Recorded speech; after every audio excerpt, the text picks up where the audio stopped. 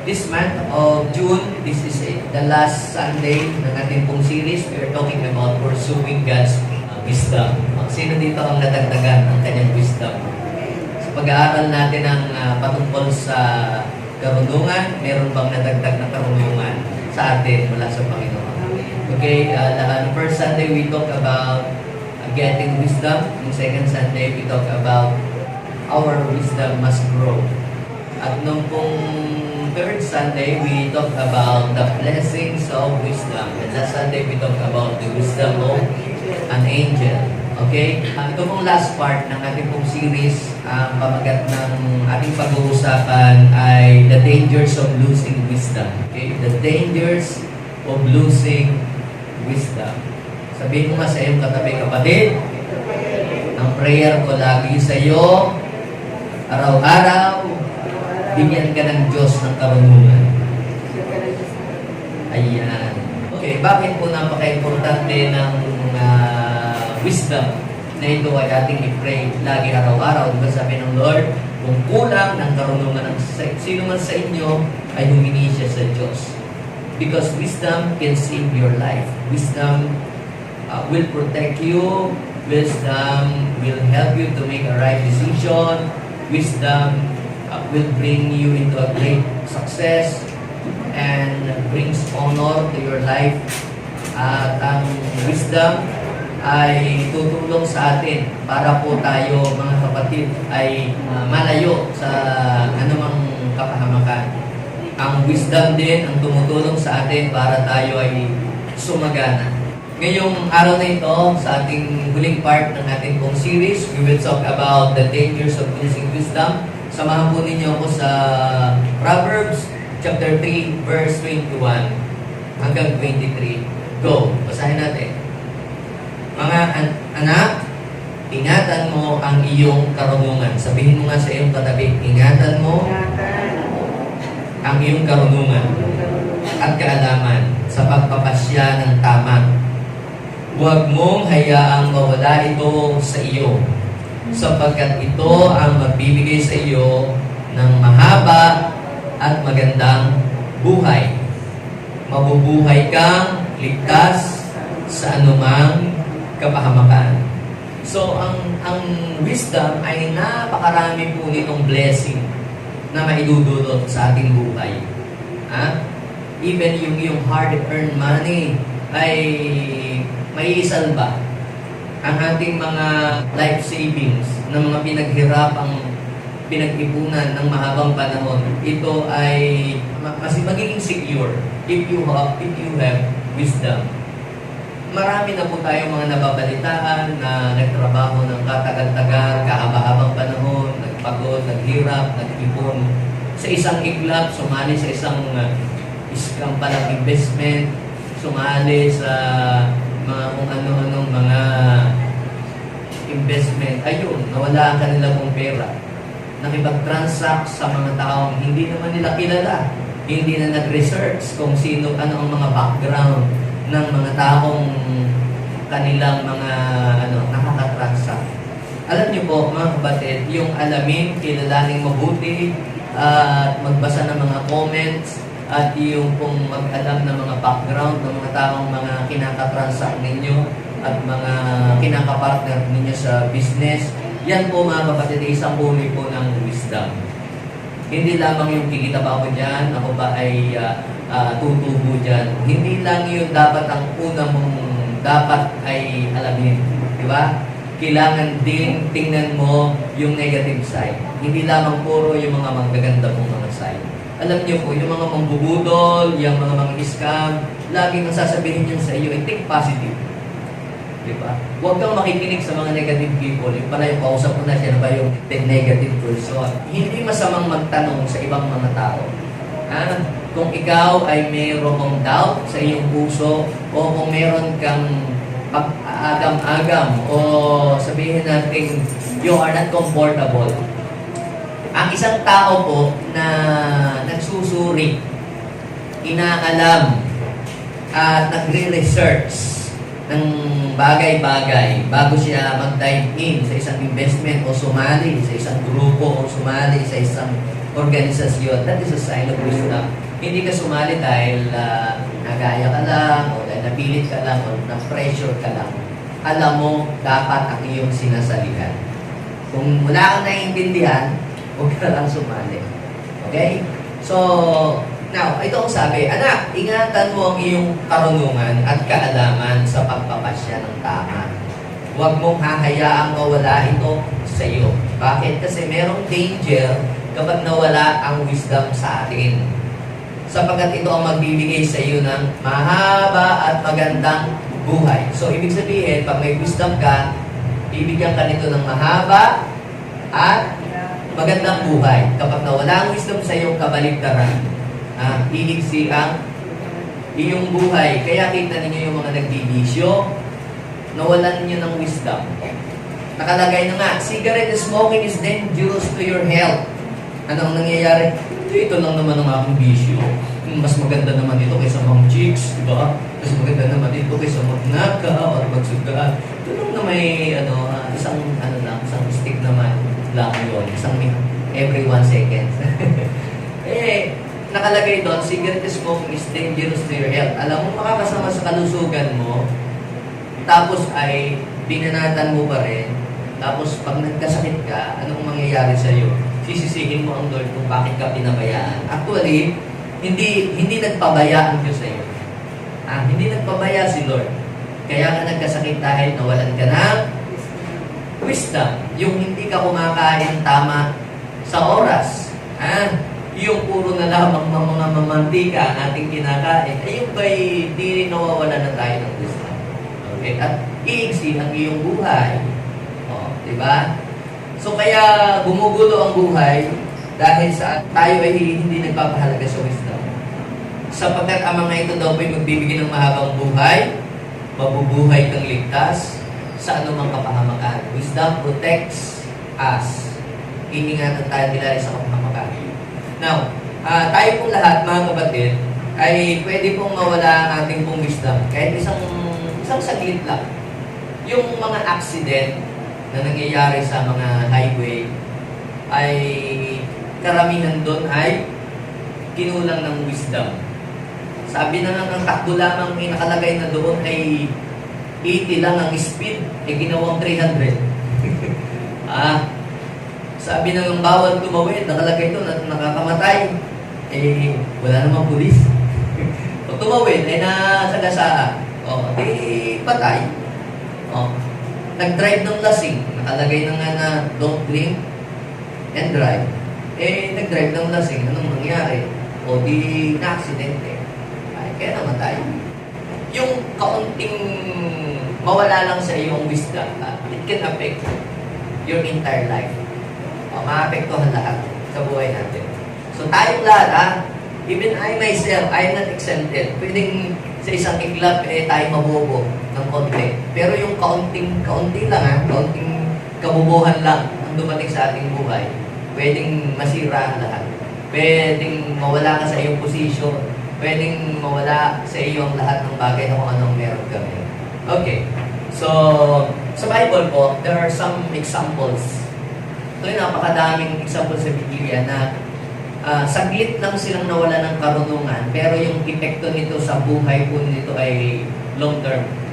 Napakadaming consequences, parang domino effect.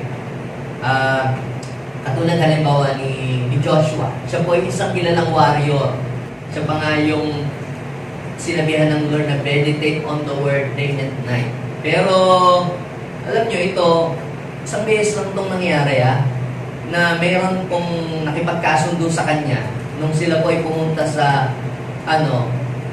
sa Jordan para sakupin yung land na pinako sa ng Lord. Sabi ng Lord, wag kayong makikipagkasundo sa mga bansa na inyong sasakupin. Bakit? Sapagkat sila ay nakatakda na silang i-judge. Sila ay nakatakda ng limpulin dahil sa kanilang mga masasamang gawa at sa kanilang mga evil practices. Kaya huwag kayong makikipagkasundo sa kanila. So yun ang bilin ni Lord. Sa araw, nung kung sila nandoon na sa place na yon, meron pong nagpanggap na kunyari punit-punit ang damit, At nagsuot ng mga lumang tsinelas, butas-butas ng mga bag, at nagdala po sila ng yung tinapay na meron ng amag. At sabi, sila daw ay galing sa napakalayong lugar pa. Ang layo daw po ng kanilang pinanggalingan. Nabalitaan po nila kung paano daw po si God ay kumilos sa bansang Israel. At natakot sila nang mabalitaan nila ang mga kahindik-hindik na ginawa ng Diyos sa kalaban ng Israel. Ngayon, nakipagkasundo sila. Sabi, makikipag-covenant kami sa inyo. Gusto namin kayo maging kaisa. Hindi namin kayo kaaway, kakampi namin kayo. O, galing pa kami sa malayo. Sabi ni Joshua, baka naman kayo taga rito lang sa malapit. Hindi, tingnan mo nga itong tinapay. At yan ay mainit pa nung aming ilagay sa bag. Ngayon may amag na. Anong sabi ng Bible? Kinain nila yung tinapay na hindi muna sila sumangguni sa Diyos. Yun ang problema. Hindi nag-ask kay Lord ng guidance, ng advice. Basta nag-decide na lamang po sila base doon sa nakikita nila sa actual. Hindi muna nag-research sa Google o nag-suri-suri o nagtanong-tanong, basta nakipagkasundo sila. The following day, nalaman nila, taga-roon din lang pala, nabudol po si Joshua. You see? Paano nawala ang wisdom? Yung hindi muna nag-ask kay God at hindi muna nag-research bago sila nakipagkasundo. Pangalawang halimbawa sa Bible ng nawala ng wisdom, si Samson. Siya po ay, isa siyang Nazirite. Pag sinabing Nazirite, nasa right na. Consecrated for God. Ibig sabihin ay holy for God. Ang kanya talagang buhay, since bata siya, since birth, tinalaga na kay Lord. Kabilin-bilin sa kanya, hindi dapat puputulin ng buhok niya, hindi siya iinom dapat ng alak. Tapos, iingatan niya na ang kanyang sarili ay maging malinis, mamumuhay siya sa kabanalan, hindi siya lalapit sa mga patay. Yan po yung ng Nazirite. Calling ng Nazirite. Dapat consecrated ka. You are separated for God. Lahat ng iyon ay binayulate ni Samson. Pero si Samson po ay may kakaibang power. May kakaibang strength siya. Nasa kanya ang anointing and power ng Lord. Ang naging problema sa kanya, nawalan siya ng wisdom. At ang isa pang problema, he disregarded his parents' advice. Ang advice sa kanya ng kanyang parents ay, anak, kung ikaw ay pipili ng magiging girlfriend, ay dapat ay parehas kayo ng faith. Dapat parehas din ang naniniwala kay God. Kasi ilalayo ka sa Diyos niyan pag yan unbeliever. Sabi niya basta yan ang gusto ko. Di ba? Ito ang gusto ko hindi naman kayo magpapakasal ako. Ganon ang kanyang style. Ay, walang magawa yung magulang. Sige, bahala ka. Pinapayuhan ka namin. Ayaw mong makinig. Sige, bahala ka sa iyong desisyon. Anong nangyari? Siya po ay pumatol, prostitute pa. Hindi pa naniniwala kay Lord. Anong naging ending ng kanyang buhay? Nakakalungkot. Siya po ay nahiwalay sa Lord. Wala ang power, wala ang anointing. Kaya yung anointing, power, without wisdom, is very dangerous. Kaya yun ang nangyari. Nakakalungkot ang kanyang naging buhay. So hindi na natin may babalik yun. Yung nawala na sa buhay natin. Yun dahil lamang sa kawalan ng karunungan. Ang wisdom doon, kung nakinig lang siya sa parents niya, hindi sana nagkaganon. Di ba? Another example sa Bible, si David. Si David, meron siyang wisdom of angel. Ito, may wisdom of angel. Sabi ng Bible, sa pinag-aralan natin, meron siyang, he is wise. Like, as angel. Pero, ito isang sandali lang na nawala ang kanyang wisdom.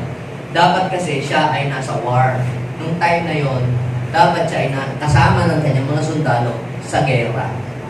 Kasi yun yung panahon ng labanan. Ang ginawa niya, nandun lang siya sa bahay, natulog. Siguro, walang magawa. Alam mo kasi, ang pinakadelikado sa buhay ng tao, yung wala kang ginagawa. Alam mo, napapansin ko, pagka ikaw yung may ginagawa ka para kay Lord, humahayo ka, nag-minister ka, wala nang puwang sa iyo ang kasalanan na makagawa ka pa at makapag-isip ng masama. Kasi laging nakilod ang iyong focus. Nung ako po ay, bago pa lang sa Lord, nung talagang bago pa lang ako, ay sa Batangas, sa church natin doon, ay may 4 ang service. Ako, atin ako yung per service. Pagkatapos ng per service, atin ako pa rin yung second service. Yung pagkatapos second service, meron pong third service, meron pa pong youth gathering. Hanggang gabi po yun, meron pang night service. Na-attend po ako lahat doon. Hanggang naman ako'y high na high, puro patungkol sa Diyos lahat ang siksik sa aking isip. Tapos may mga hahayo pa, salamat. Kaya wala nang puwang ang kasalanan na sumiksik sa iyo. Ang pinaka-delikado ay yung wala kang ginagawa. Yan. Hindi ka nag-aaral, hindi ka nagbabasa, o hindi ka nananalangin, o whatever yun. Walang magawa si David, siguro nainip, nagbukas ng YouTube, ay napupunta doon sa XXXX na site. Yan. Diba? Ang dami ganyan. Pero wala ka namang Facebook noon eh.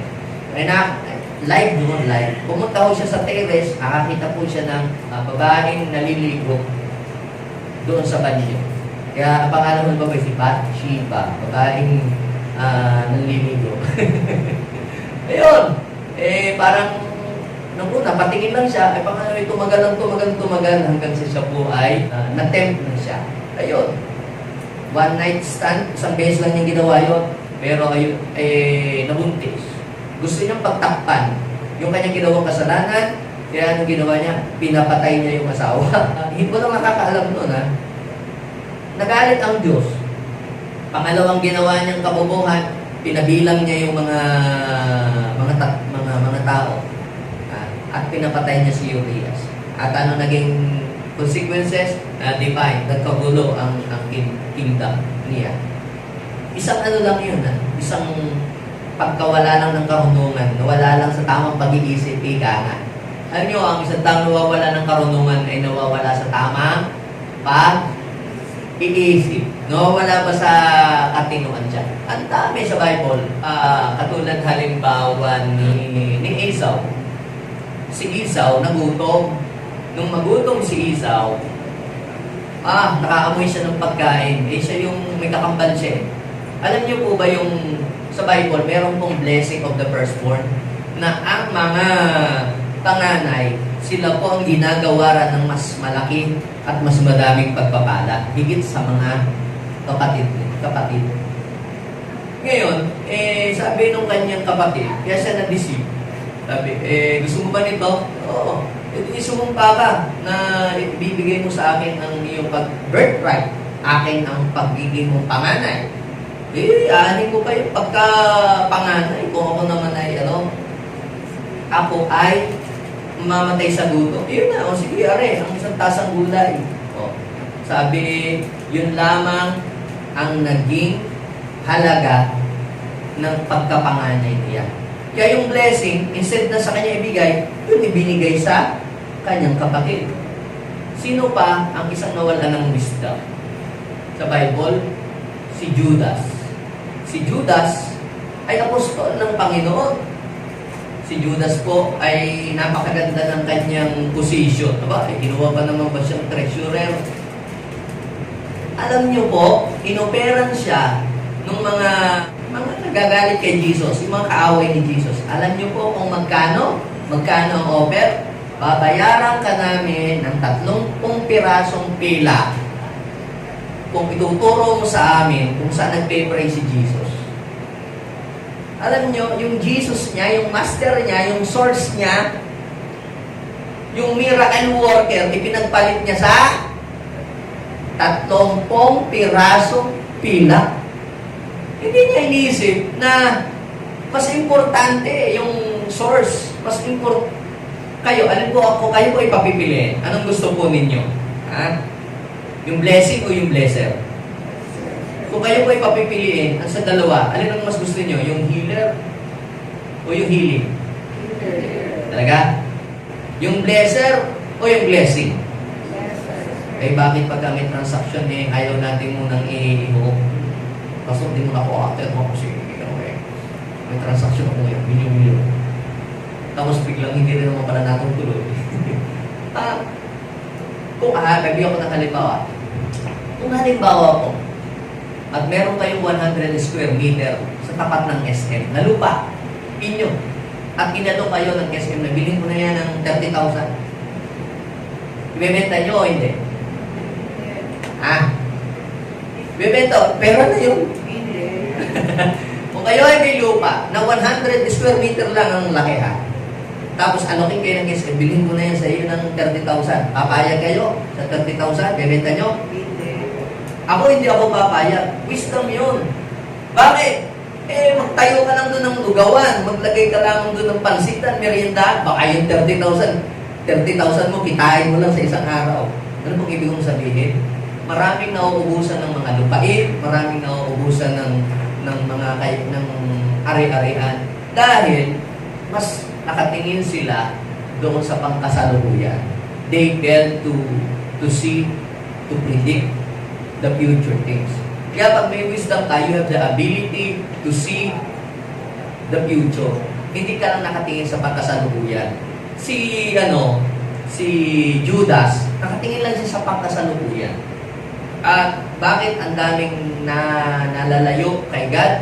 Kasi nawala ng wisdom, mas tiningnan nila ang mga material na bagay, mas pinurso nila ang mga material na bagay kaysa ang presence ni Lord. Kaya, ang sabi ng Bible, unahin mo ang Panginoon at ang lahat ng bagay na kailangan mo ay kanyang ipagkakaloob sa iyo. Dahil inuna mo ang Panginoon sa oras na ito at isang tabi mo ang ibang mga bagay, congratulations, you are full of wisdom. Hindi mo ipinagpalit sa 30 pirasong pilak si Lord. Tama? Dami po, kaya po nilang ipagpalit ang Lord. Kaya sabihin mo sa iyong katabi, huwag natin ipagpalit ang Lord. Huwag mong panghinayangan. Maaaring kayo, may transaksyon, kikita ng 30,000. Sayang, ba't gano'n nakaka-attend pa? 30,000 din nyo. Pero, kung inuna mo ang Lord, higit pa sa 30,000, unlimited blessing ang kaya ibigay sa inyo.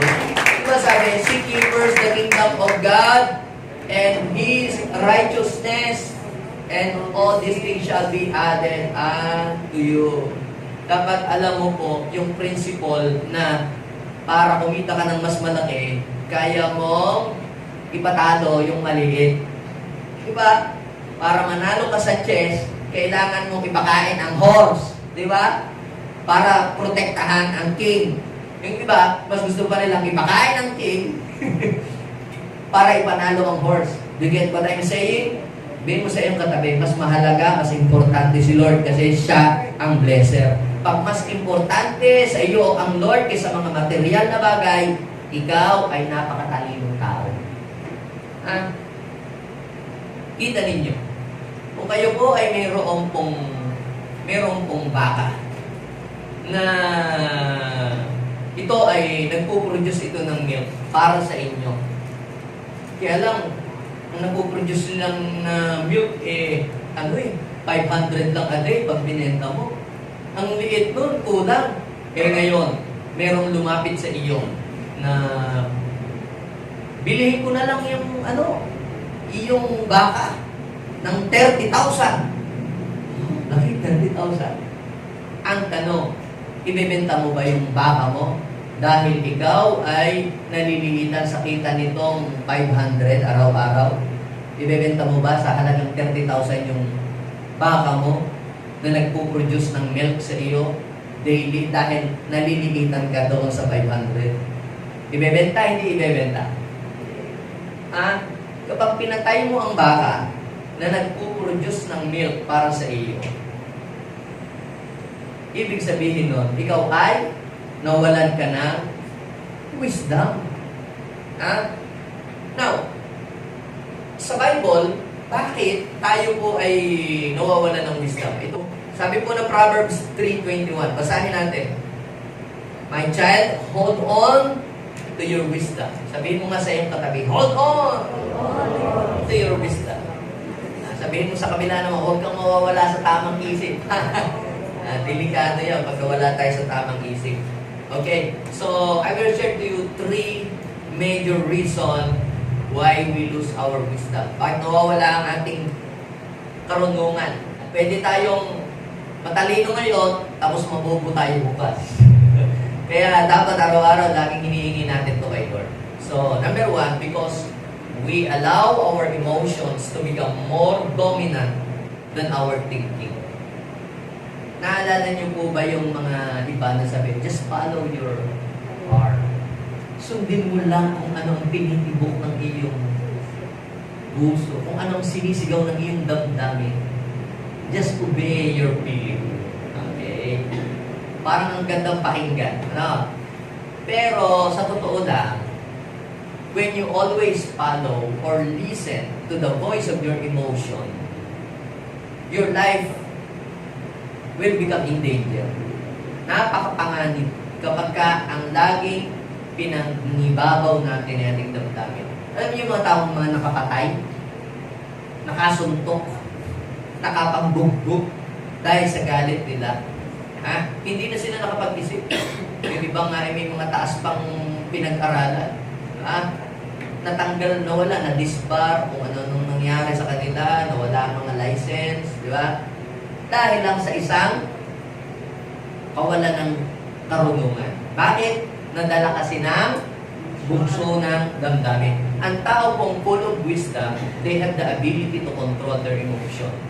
Alam nila kung kailan magsasalita at alam kung kailan tatahimik at saan lugar dapat magsalita. Yung mga daldal sa Facebook doon, nagmumura doon, nagagalit, parang walang wisdom.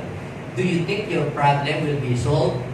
Pagtingin mo doon sa iyong bank account, wala pera ko! O, yun ang ginawa mo! BPI! Kinuha mo pera ko! Ba't ganun? Hindi mo alam, hindi mo naitanong, baka yung misis mo pala nag-withdraw. Pinagalitan mo ng pinagalitan, nag-iinangangal ka na doon sa internet. Tapos ngayon, sisi ka, sorry. Eh, wala na, nag-trending ka na, nag-viral ka na. Nadala ka kasi sa iyong emosyon. Kaya sabihin mo sa iyong katabi, ingat. Huwag paladala lagi sa bugso ng damdamin. Isip-isip din. Di ba? Kasi yun yung danger of losing wisdom. Kailan? Nawawala ang karunungan pag tayo ay masyado pinakinggan lagi natin ang tinig ng emosyon kaysa sa tayo ay mag-isip muna. Okay. So when we allow our emotion to become more dominant than our thinking, our wisdom will be lost. Lalo na kapag ikaw ay yung bang galit, may puot, may inggit. Ako, delikado po yan. Kapag tayo padala sa emosyon, pwedeng makasuntok ka, makapangsabunot ka, tapos sisisi ka, ba't ko nagawa yun? Eh, wala, nagpadala ka sa damdamin mo. Sana hindi ko ginawa yun. Eh, dapat sana inisip mo muna ng 10 beses na paulit-ulit bago ka nanuntok. Kaya natanggal ka tuloy sa trabaho, na demote ka tuloy. Diba? Bakit ba ako nakapag-resign? Diba? Tumangko ka lang doon sa, na pagsabihan ka lang ng iyong boss, resign ka agad. Hindi mo na pagtanto, di ba? Tapos ngayon, ikaw eh, sisig, sayang, ba't saan ba ako nakapag-resign? Wala ngayon ako tuloy trabaho. Di ba? Yung ikaw ay uupo muna, di ba sabi ng Biblia, walang nagtatayo ng bahay, na basta magtatayo lamang ng bahay. Di ba? Nakalagay sa Lucas, chapter 14, 27, 28. Kasi, kapag basta lang siya nagtayo, tapos hindi niya kinuwenta, yung cute, yung kanyang mga costing, mga magagastos, eh baka hindi matapos, hindi magtatawanan lang siya. So wala din namang basta susugod sa gera, lalaban sa 20,000, yung 10,000, di ba? Kung hindi niya kaya, eh makikipagkasundo. Kaya huwag kayong paano, yung laging, girahin na natin yan, girahin na natin. Tanong, meron ba tayong panlaban? So ano pong ibig sabi ni Jesus? Walang susugod. Ha? Uupo muna. Kaya sabihin mo sa iyong katabi mo, sugod ng sugod. Ha? Hindi si kumari mo, nag-dive in sa ganun at ganitong business, sugod ka rin. Diba? Maaaring sila, they are prepared. Handa silang mawalan. Pero kung ikaw, hindi ka handang mawalan, huwag mong sumugod. Tapos sisisihin mo sila pagkatapos. Ha? So, sabi doon, hold on to your wisdom. Ibig sabihin, huwag kang magpadala lang sa iyong emosyon. Alam niyo yung mga mambubudol. Ang laging niyang tinitira sa atin ng ako'y magmadali, baka kayo may ubusan. ito na ang last day. Ano gayon nakakaisang buwan na last day na ng last day. Ito na lang, huling ano na lang to. Ito ang para sa'yo. Nag-iisa na lang tong position na ito. Ito'y para sa iyo lang. Pala, dami pa pala. Diba? Parang inaano lang yung ano ka, parang ma-pressure ka. Ano na to? Diba? Yun. Ito nyo, Ecclesiastes chapter 10 verse 2. Basahin natin. Ecclesiastes chapter 10 verse 2. Sabay-sabay. Go. Ang matalino'y inaakay ng kanyang isipan. So, pag matalino ka, ang gagawin mo, mas nangingibabaw dapat yung iyong pag-iisip. Ibig sabihin, mas ano ka sa pag-iisip muna, yung nag-iisip ka muna. Kasi alam niyo, hindi, magmadali, baka maubusan. Di ba yung ganun? Laging gusto kong mamadaliin para hindi ka na mag-iisip. Di ba? Ito na, 15 oras na lamang. Di ba? Mag-close na ang ano. Yung ganun. So, ang matalino, inaakay ng kanyang isipan tungo sa kabutihan. So kapag tayo ay nag-iisip, magiging mabuti ang magiging resulta ng lahat ng ating gagawin. Ngunit ang mangmang ay hinihila. So ibig sabihin, pag ikaw pala ay nagpapadala lagi sa damdamin, ikaw ay magiging kang mangmang. Okay? Hinihila ng damdamin tungo sa kasamaan. Ayun pala. Kaya madalas tayo ay nai-involve sa mga kung ano-anong mga issues. Kasi masyado tayo nagpadala na lang tayo sa damdamin. Now, sabi ng Numbers chapter 15 verse 39, basahin natin. Go. Remember all the commandments of the Lord. Yun. Alalahanin. Pag remember, alam na gumagana. Isip, di ba? Kaya sabihin mo sa iyong katabi, remember all the commandments of the Lord. All the words of the Lord. Bakit? Ito yung mga narinig natin sa preaching, yung nabasa natin, yung mga pinayo sa atin, ng magulang natin, ng mga leader natin. Remember all the commandments of the Lord and obey them, and so that you do not follow after your own heart and your own eyes that lead you to unfaithfulness. So hindi laging sabi ng iyong damdamin, sabi ng damdamin ko kasi ito feeling ko kasi. Feeling ko tataas ang market ngayon. Feeling! Di ba? Magmamahal ang ngayon bigas. Feeling ko, feeling mo lang yun, no? Tapos ikaw nadala sa hype. Feeling, hindi ka nag-research, hindi ka muna basta-basta sumali agad. Nag-research ka muna. Huwag yung dahil sa feeling ko. Hindi ganon. So, basahin sa ibang version. Yung Numbers chapter 15. Verse 39. Remember all the commandments of the Lord, and you will do them, and you will not follow the lust of your own heart and your own eyes. Hindi yung laging yung inanasa ng damdamin mo. At hindi lang yung kung ano yung maganda sa iyong paningin. Minsan kasi, pag ang isang tao ay kinikilig, minsan di na nakikinig yan.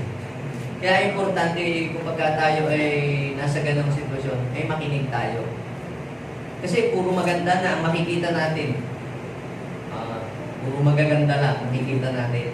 Hindi natin nakikita yung mga negative na bagay. Minsan, ang isang tao na in love, nabubulag din. Yan. Kaya mas maganda laging mayroong nagpapayo sa atin. Okay, pangalawa na reason.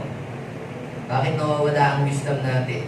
Because we depend too much on human ability instead of God. Nagdidepende tayo doon sa ganito, human ability. Halimbawa, gamitin natin ang mga business, mga investment, mga networking, gamitin natin lahat yon. Na example, kasi ito yung pangkaraniwan. Pag nakita natin yung isang celebrity na nandun sa ganito o ganyang business, si ganitong sikat na artista, nakasali, sali na rin ako. Nadala ka, sumali ka dahil nakita mo yung paborito mong artista ay naandoon. O kaya yung politikong ito, yung gano'n ba, minsan yung ginagamit para maingganyo ka. Uy, pastor kami kasama dito. Sali ka rin talaga.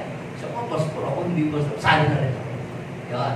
Pagka po tayo ay nadadala sa ganon, wala na tayong sariling desisyon. Parang ang desisyon natin, ipinauubayan na lamang natin doon sa mga politikong yun, nakilalang yun, kaya sumali sila o kaya mga pastor na yun. Hindi naman.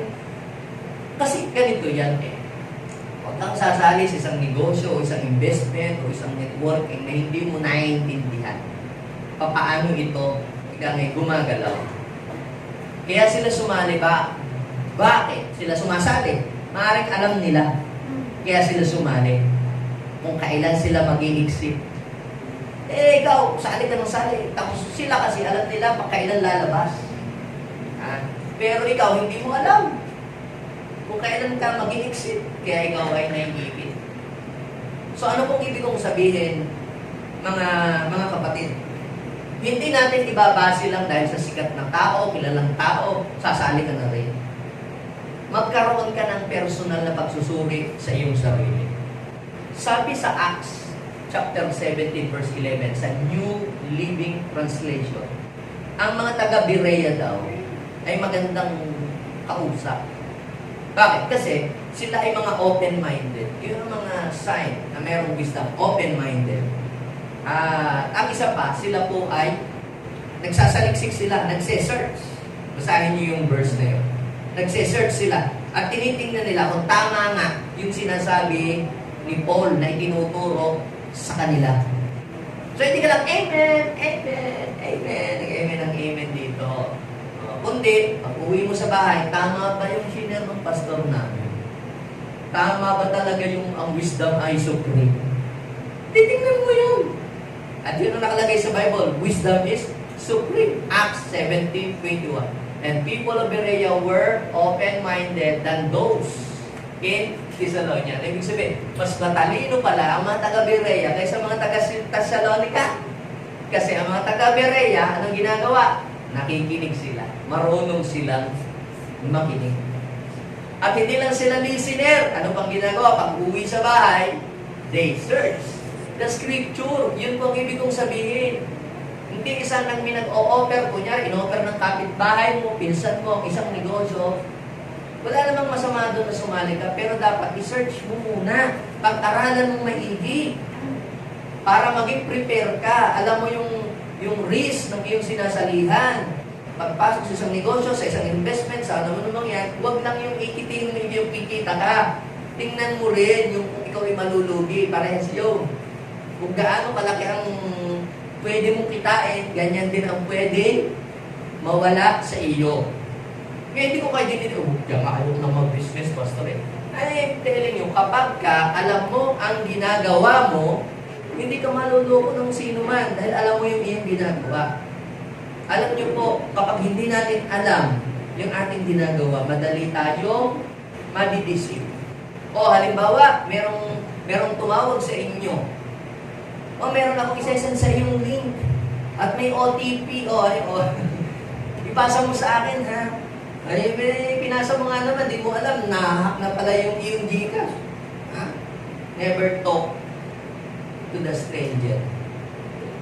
Huwag kayo agad basta-basta sumagot. Sa panahong ito, ha? Sa panahong ito. Kung hindi nakasave sa inyong phone ang kanya pong pangalan. Or, kung gusto nyo naman mag-entertain ng ganyan, gumamit kayo ng ibang phone na hindi naka-install doon ang inyong mga important documents or hindi naka-install doon ang inyong pong mga bank account. Kung gusto nyo mag-entertain ng mga tawag na kahit walang pangalan, gumamit kayo ng ibang phone para doon lang. Do not entertain any call sa inyong phone. Sa panahong ito, na mayroong naka-install na mga bank account ninyo, nandun ang inyong important documents. Bakit po? Sapagkat nag-evolve na rin po ang mga hacker at nag-evolve na rin po ang mga mapubudol. Kapag tumawag po yun sa inyo at inopen po yung inyong phone, malulocate na lahat ang inyong location, makukuha lahat ang inyong detail. Bakit? Dahil ang ating pong mga SIM ngayon ay registered. I-register nyo ba ang phone? Pinilagay ba kayong date, birth? Kaya pag kayo po ay nagsagot dyan, at kung ang tumawag sa inyo ay hacker, kaya nila na makita ngayon yun kung sino ka at makuha na ang iyong detail. Kuha na ngayon ang lahat ng important files mo. Galing nila, no? Tapos mamaya, ibibigay mo na lahat ng mga sasabihin ako, may nakatanggap ng milyon, nanalo ka sa namin, parapol. Sige, may dadating sa iyong OTP, isend mo sa akin. Sinend mo nga naman, yung pala nahak na ang iyong mga pera. Do you get wisdom? Parang tahimik. Kaya sabihin mo sa iyong katabi, kailangan natin ng wisdom sa panahon ito. Yes. Ito sinasabi ko po ay practical wisdom. Maaaring hindi pa ito nangyayari sa inyo, pero sinasabi ko ito sa inyo para ma-avoid po ninyo, para hindi po ito mangyari. Sapagkat ang wisdom, yung sinasabi ng Panginoon na pinagpapauna ko na sa inyo. Bakit? Para pagdating ng panahong yon, alam ninyo kung ano ang gagawin. Maaaring hindi pa ito nangyayari, pero mas maganda yung nauna nang narinig mo. Ibig sabihin, binigyan ka ng Lord ng wisdom. Okay, because we depend too much on human ability. Jeremiah 17 verse 5, sinabi ni Yahweh, susumpain ko ang sino mang tumalikod sa akin at magtiwala sa kanyang kapwa sa lakas ng tao may hangganan ng buhay. Yung bang ang iyong personal decision, tayo kasi, may personal decision tayo natin. Yan ang gift ni Lord sa atin, meron tayong free will, na ikaw ang mag-decide and you are responsible kung ano yung magiging decision mo sa iyong sarili. Kaya, kung mag-fail ka o mag-fail ka sa pagsali mo sa iyong business o kung sino-sino, wala kang sisisihing ibang tao. Bakit? Kasi hindi naman sila ang nag-desisyon ikaw Ayun. So kaya, bago tayo gumawa ng isang bagay, ihanda natin ang ating puso, ang ating sarili sa kung ano mang mangyayari. Whether we lose or win. Dapat, ang tao kasi may wisdom, yung bang kaya niyang kontrolin ang kanyang galit. Yung tao may wisdom, hindi niya naninisi ng ibang mga tao. Siya ay responsible sa kanyang lahat ng action. Hindi, yung pagka maganda blessing, tayo tuwang-tuwa, papuri tayo ng papuri. Pero pagka nagkaroon ng problema, ay sinisisi lagi natin yung iba pong mga tao. So, yun po ay lack of wisdom. Sa Proverbs chapter 4, verse 26 and 27, go, let us read. Siya sa atin mong mabuti ang landas na iyong lalakaran. So, anong sabi ng Bible? Siya sa atin mong mabuti ang landas na iyong nilalakaran. Yung trabaho na iyo, papasukin. Dapat bago ka mag-apply sa isang trabaho na gusto mong pasukin, i-research mo muna. Hindi lang yung sahod ang iyong tingnan. Ano yung mag-apply ka ng manager, ano ba yung mga na-encounter ng isang manager, ano ba yung ginagawa ng isang manager. Bago ka mag-apply doon, hindi lang ikaw ikikita. Prepare yourself. Okay, siya sa atin mong mabuti ang landas na lalakaran mo. Sa gayon, lakad mo ay laging magiging matiwasay. Huwag kang liligo sa kaliwa sa kanan, huwag kang papalayo sa kasamaan. Yun ang wisdom.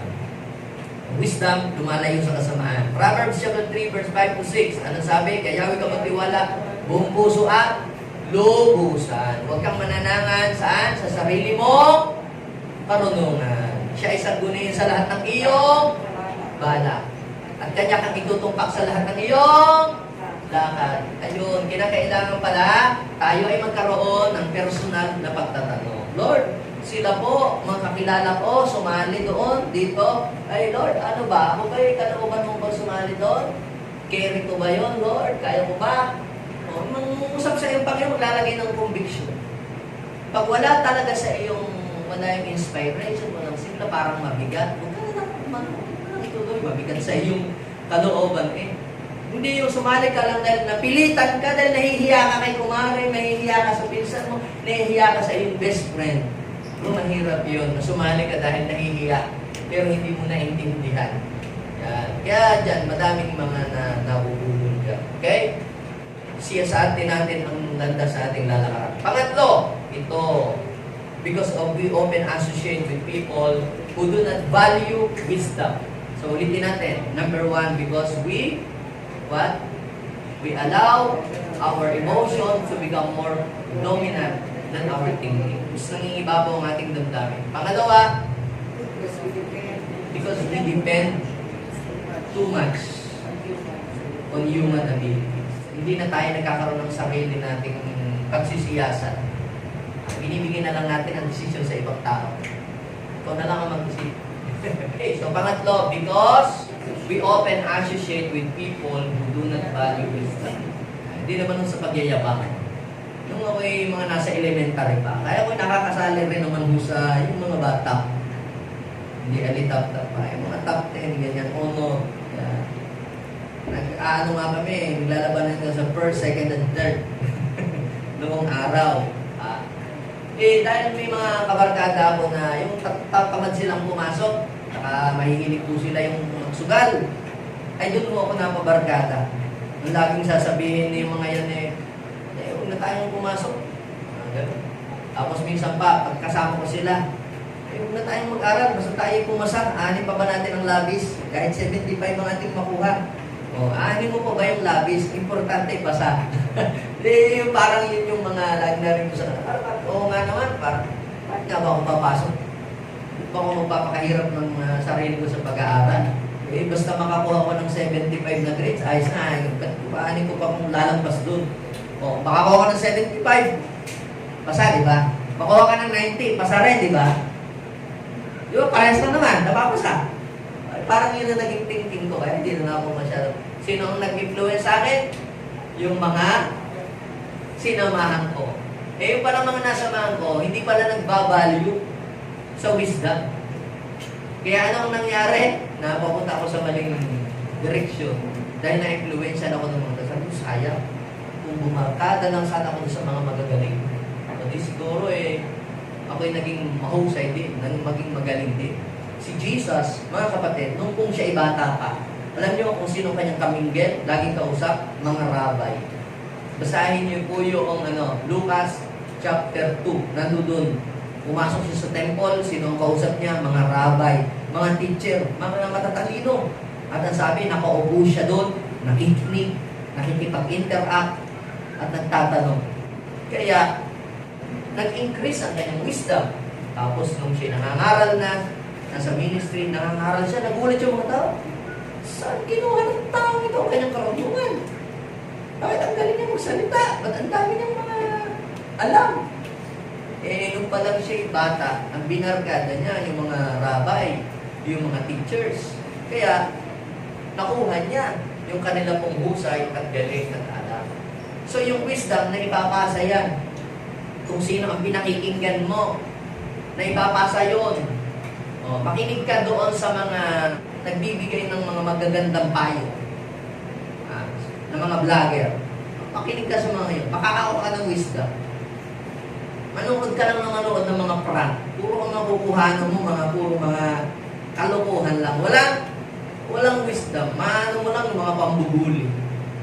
Ako, mas gusto kong makinig doon sa mga motivational speaker, doon sa mga testimonies ng mga taong naghirap, o mga tambuhay, paano sila nakarecover, yung mga ganun. Makakakuha ka ng wisdom sa kanila. Doon tayo makinig sa mga nagsasalita, may mapupulot tayong aral at mag-i-increase ang ating wisdom. Alam nyo, sa Pilipinas, mas binavalue natin yung drama at saka entertainment kaysa magbasa at makinig at umattend ng training. Yun ang dahilan kung bakit ang ating economy ay mas mababa kaysa kagaya ng mga ibang bansa. Akin pong tiningnan ang mga tao, kagaya doon sa mga maangat na bansa, mas binavalue po nila ang pag-aaral, mas binavalue niya ang pagbabasa, at mas binavalue nila ang training. Ginagastusan talaga nila yon. Yung mag-aaral sila at matututo sila. Sa Pilipinas, ang ginagastusan ng mahal, concert. Handang magbayad kahit 17,000, makaupo lang sa unahan. Pag-a-attend ng financial literacy, attend ng training, magkano? 500. Mahal naman, wala bang libre? Ha? Kung gastos naman ng education, kung nagagastosan ka sa education, try ignorance. Alin ang mas magastos? Ha? It can save your millions. It can save your lifetime savings kapag ikaw ay nakinig doon sa mga advices ng mga tao mayroong wisdom. So, minsan kasi dahil sa tayo ay may fear, yung sa takot natin na mawalan tayo ng kaibigan, sa takot natin ma-persecute, sa takot natin na tayo ay baka wala na tayong friends. Sige, sama na lang din tayo. Yan. Kaya kung saan-saan tayo nadadala, sa inuman at kung saan-saan. Hindi natin alam kapahamakan pala yung tinatahak ng buhay natin. Ibig sabihin, nawalan tayo ng wisdom. Pero nga isang story, nung nauusin mga tukang-tok nung mga panahon. Siya po ay na-born again. So, siya dati siyang addict. Talagang gumagawa siya ng mga illegal. Kaya siya na-born again, humiwalay na siya sa mga sa mga kaibigan niya na nag-a-addict, na nag-drugs. At siya po ay nakahalubilo sa mga taong nag-aaral ng salita ng Diyos, nagsiserve kay Lord. Isang araw, parang siya ay na-board sa kanyang ginagawang pag-serve kay Lord. Ang ginawa niya, isang beses niya lang ginawa to ang ginawa niya, bumisita siya doon sa mga kaibigan niya dati na yung nagpapagsesyon, yung mga tumitira ng drugs. Pagpunta niya po doon, eksaktong nag-raid ang mga pideya doon sa bahay ng kanyang mga kaibigan. Pati siya po na huli at nakulong. Kasi, anong nangyari? Yung kaunting kawalan lang ng wisdom, it can affect our entire life. Kaya mga kapatid, hold on to your wisdom. Sabi ko sa inyo katabi, hold on to your wisdom. So, basahin natin ang 1 Corinthians chapter 15 verse 33. Ito ang wisdom. Do not mislead. Bad company corrupts character. Ang mga kabarkadang hindi matitino ay makakawala ng katinuan. Di ba? Ganun yun. So, Psalms chapter 1 verse 1 hanggang 3. Basahin natin. Blessed is the one who does not walk in the step of the wicked. Mapalad daw yung mga tao hindi naaakit na masasama at hindi ginagaya kung ano yung kanilang mga ginagawa. Instead, anong gagawin? But those who delight is in the law of the Lord. Kung ano, mas pinagbubuhusan niya ng atensyon ay ang makinig ng salita ng Diyos, dumano sa mga gawain, gano'n. His delight is in the law of the Lord. And who meditates on His word day and night. Kung nakukuha mo dyan sa mga Bible na yan. Diba? Ganon siguro. Sinasabi ng mga mockers, Ba't naman lagi na kayong libo-libo lang nasa church na yun? Ganon siguro. Yan sinasabi ng mga mockers. Pero ang sabi ng Panginoon sa verse 3, basahin natin sabay-sabay. Ano ba mangyayari? That person is like a tree planted by the streams of water, which yields its fruit in season, and whose leaf does not wither. Whatever they do, they prosper. Kaya ang mga taong mayroong taglay na karunungan, magpa-prosper ang buhay. Palamakan natin ang Diyos. Kaya sinasabi ko, lagi, ulit-ulit, ngayong buwang ito, huwag kang mainggit doon sa mga taong mayroon ngayon na wala ka. Huwag mong kaingitan. Kung wala ka pa na mayroon ng iba, basta't mayroon kang wisdom ng Lord, kung ano yung wala ka ngayon, in the future, ay magkakameron ka nito. Kung meron kang wisdom. Palamakan natin si Lord. Anumang bagay na wala sa iyo ngayon ay magkakameron ka kung meron kang wisdom. At anumang bagay na marami ka ngayon, marami kang ari-arian, marami kang pera, pero wala kang wisdom, isang araw pwedeng mawala lahat sa iyo yun. Saan mapapapunta? Sa mga mayroong wisdom. Yes, lilipat. Lilipat ang blessing. Papansin niyo, lilipat ang mga kabuhayan, lilipat ang mga magagandang trabaho doon sa mga may wisdom. Amen? Sabihin mo sa iyong katabi, ako yun. Tayo yun. Okay? Now, before I end, basahin natin yung Proverbs 4:6. Hold on to wisdom, and it will take care of you. Love it, and it will keep you safe. Another verse, Proverbs 3:21. My child, hold on to your wisdom and insight. Never let them get away from you. Kung hahayaang mawala ang wisdom. Kaya sabi ko po, lagi sa atin, hingin natin ito lagi kay Lord. Kung gaano tayo kadalas humingi sa Diyos ng kalakasan, humingi ng blessing and protection, humingi din tayo kay Lord lagi ng wisdom. Pagka po kami kakausapin, may hihingi ng payo at the back of my mind, nananalangin ako, Lord, give me wisdom. Hindi ko po alam ang isasagot ko. Ako, kung may tatanong, basta may tatanong ako sa iyo, kinakabahan na ako eh. Agad, laging gano'n. Pero, habang sila nagtatanong, biglang nagpapak up na lang lahat agad ang aking sagot sa kanila at biglang sunod-sunod yung aking nasasabi. Pastor, thank you. Ang dami kong natutunan. So, sabi ko, nag-operate lang yung wisdom. Kaya gano'n. Okay? Kung hindi nag-ooperate ng wisdom, wala rin naman ako masasabi. So, mga kapatid, hold on to the wisdom of God. Sabihin mo sa iyo katabi, let's hold on to God's wisdom no matter what happens. Now, before I end, sa Bible, itong sabi ng ating Panginoong Jesus. Kaya yung mga nakikinig ng salita ng Diyos at nagsasagawa nito, ang tao po na merong wisdom ay hindi lang siya listener. Siya ay doer of God's word. Hindi lang siya basta nagsusulat, kundi ini-a-apply niya ang bawat salita, bawat aral na kanyang natututunan. Ang tawag po doon ay matalino. Ang sabi ng Panginoon, siya ay katulad ng isang matalino na nag-build ng kanyang house, saan? Sa ibabaw ng bato.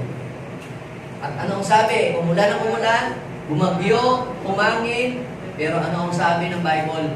Hindi nag-iba sapagkat nakatayo iyon sa bato.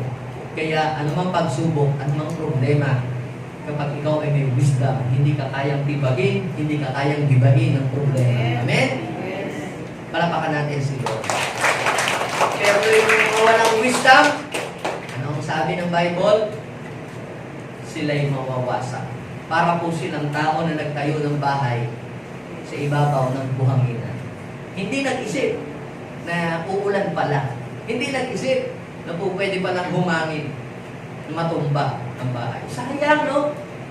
Nagtayo, siguro gumastos ng kalaki-laking pera. Yung pala, mahahanginan din at babagsak. Sayang. Sayang ang ginastos. Pero alam niyo po, yung mga matatalino, yan, kanilang mga binibuild, yan ay talagang siguradong matatag at matibay. Amen? So, mapalad ang mga taong may karunungan.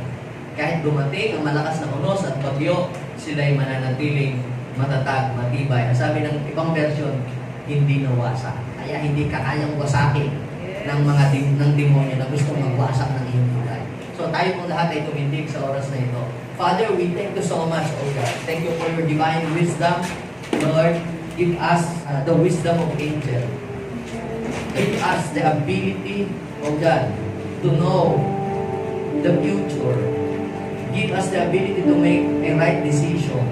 Panginoon, kami po ay lumalapit sa inyo sa oras na ito at hinihiling po namin, O God, na patuloy kang kumilos sa aming buhay.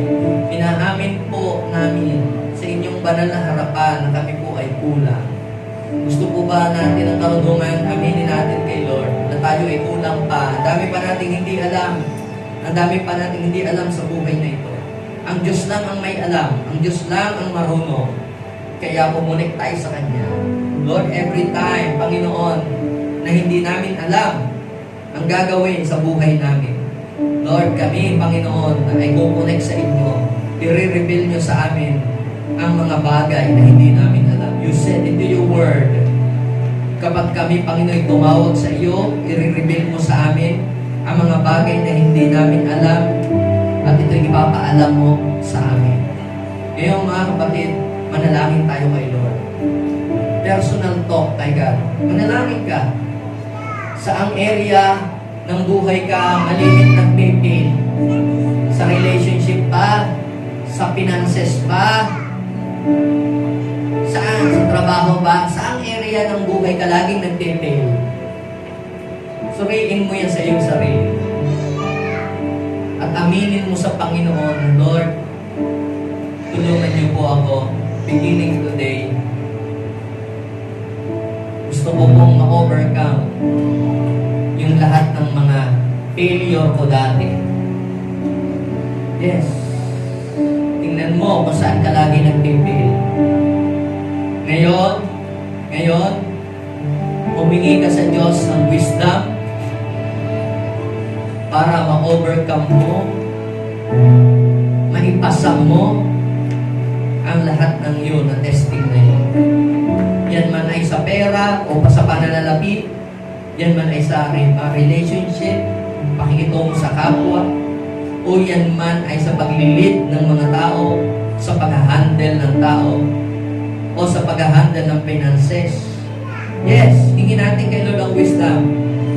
Ikaw man ay estudyante sa pag-aaral mo, lagi ka nagpipil sa grades na yan, nahihirapan ka. Ang sabi ng Panginoon, kung kulang ka ng karunungan, humingi ka sa Diyos at ikaw ay bibigyan. Ang Diyos ay saganang magbigay at hindi nanunumpa. Sige, come on church. Pray to the Lord. Kailangan natin ito. Ang wisdom ang mag-iingat sa buhay mo. Ang wisdom ay magdadala ng karangalan sa buhay mo. Huwag kang mahiyang humingi kay Lord ngayon. Sige, hingi. Kausapin mo si Lord. Wisdom sa business. Yes. Wisdom sa pagpapalago ng pera. Sige, hilingin mo yan sa Panginoon. Yes. Dahil tayo, instead na mag-multiply yung mga pera natin, nauubos pa. Humingi tayo kay Lord ng wisdom. Lord, kung nagagawa yan ng mga unbeliever, paano padamihin ang mga pera nila? Lord, bigyan mo ng wisdom ang iyong mga anak. Give us the ability to multiply what we have. In Jesus' name. Sige, humingi ka sa Diyos. Yes. I-reveal sa iyo ng Lord ang mga magagandang mga negosyo sa panahong ito. Sige, pwede mo hingin kay Lord. Lord, i-reveal mo sa akin. Yes, hindi lang ako nadala sa aking damdaming bugso ng damdamin, kundi mismong meron kang revelation. Yes, kapag may revelation, kapatid, yes, pag may revelation sa iyo, ang Lord, alam mo, meron kang confidence na gawin ang isang bagay dahil yan ay sinabi sa iyo ng Lord. You have confidence. Yes, you have confidence. Yes, na gawin ang isang bagay na yon dahil alam mong yun ang ipinapagawa sa iyo ng Diyos. Yes, at alam mong sasamahan ka ng Diyos. Tutulungan ka ng Diyos. Ano man ang mangyari. Yes, hallelujah. God, give us more wisdom. Lalakad kami na may taglay na karunungan, hindi kami maloloko, hindi kami madadaya, hindi kami ma-scam, hindi kami mabubudol. Kami, Panginoon, ay matututo sa mga nangyayari at mga nararanasan namin sa aming buhay. And Lord, yung wisdom na yan ay magagamit namin para makatulong kami sa iba ring mga tao, Panginoon, para masagip ang buhay din ng ibang mga tao. Yes, O Lord, at kami makapagbigay ng mataas na kaluwalhatian sa iyong pangalan. Thank you, Lord. Sabihin mo nga sa Panginoon, thank you, Lord, for my wisdom. Yes, sige, pasalamatan mo na si Lord. Thank you, Lord, for the divine wisdom. I claim it, Lord, by faith. I claim it in Jesus' name. Lahat ng binigyan ng Diyos ng karunungan ay magsabi na,